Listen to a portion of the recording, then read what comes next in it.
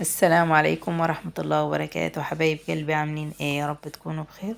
اللهم صل وسلم وبارك على سيدنا محمد وعلى آله وصحبه وسلم. النهاردة حبايبي انا جاي اعمل معاكم الفيديو ده. مش روتين ولا اي حاجة، الفيديو ده عشان تفرحوا لي كده وتفرحوا معايا.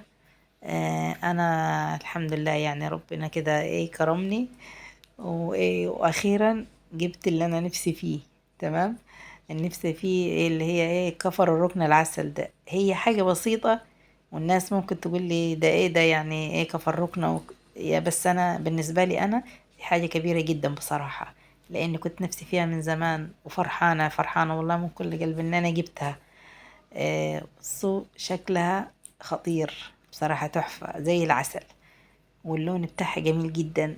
يعني اللون ممكن الكاميرا يكون مش مديلها حاجة بصراحة، وممكن يكون انتوا مش واخدين بالكم من اللون بتاعها، شايفينها حاجة عادية، بس لا والله لونها عسل عسل بصراحة. ولونها والخامة بتاعتها تحفة. تمام. جبت طقم للركنة بتاعتي كلها. 3 قطع. انا ركنة 3 قطع بصراحة حلوة جميلة جدا. آه بص، كنت نفسي يبقى اللون اللي من ورا ده قدام، يعني يبقى هو اللون الاساسي بتاع الركنه من قدام، بس ما لقيتش. بس انا كده بوريكم بقولكم ان هي مطاطه، يعني ايه؟ ان هي بتتمط كده وبترتاح انت بتلبسيها كده في الركنه، بتبقى مرتاحه وحلوه خالص. تمام. اللهم صل وسلم وبارك على سيدنا محمد. بص كده، العيال بيقولوا طب انت ليه طلعتيها كلها؟ قلت لهم انا لازم اطلعها اوري حبايبي كده الايه، الركنة. انا بصراحة مش عايزة اشيلها، يعني مش عايزة اشيلها من قدامي لان بصراحة عجباني جدا. كنت هنجد الركنة بتاعتي، بس ايه، لقيتها غالية. الاسعار نار، الاسعار نار بصراحة. الكفر ده يعني على قد الايد، يعني كل مقاس بسعره. كل ما المقاس بيبقى اصغر كل ما السعر بيبقى اقل. الاول لما رحت اشتريها كنت مفكرة ان هي 5 متر، كانت هتعمل في حدود 1300 جنيه. لما قستها كويس وروحت البيت يعني ادوني قالوا لي قيسي وشوفيها هتاجي على الكنبة ولا لا، على الركنة ولا لا.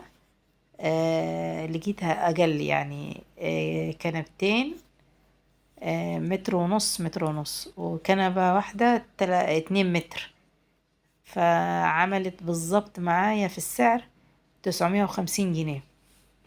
قلت الحمد لله والشكر لله، لان انا لما طلعت اروح انجدها برا كانت عاملة التكلفة بتاعتها كلها كانت عاملة 5000.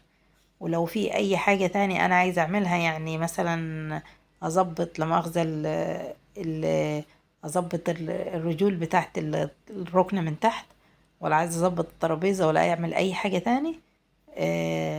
المنجد ده قال لي بتعمل في حدود 6000 او ممكن تدخل في 7000.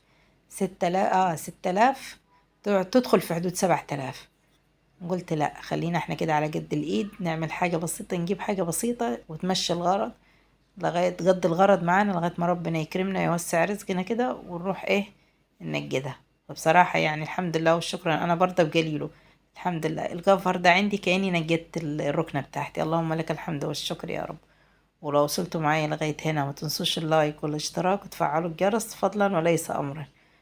وبنتي هنا بتقول لي مبسوطة، قلت لها الحمد لله والشكر لله، يعني الحمد لله اللي ربنا كرمني يعني. يلا السلام عليكم ورحمة الله وبركاته.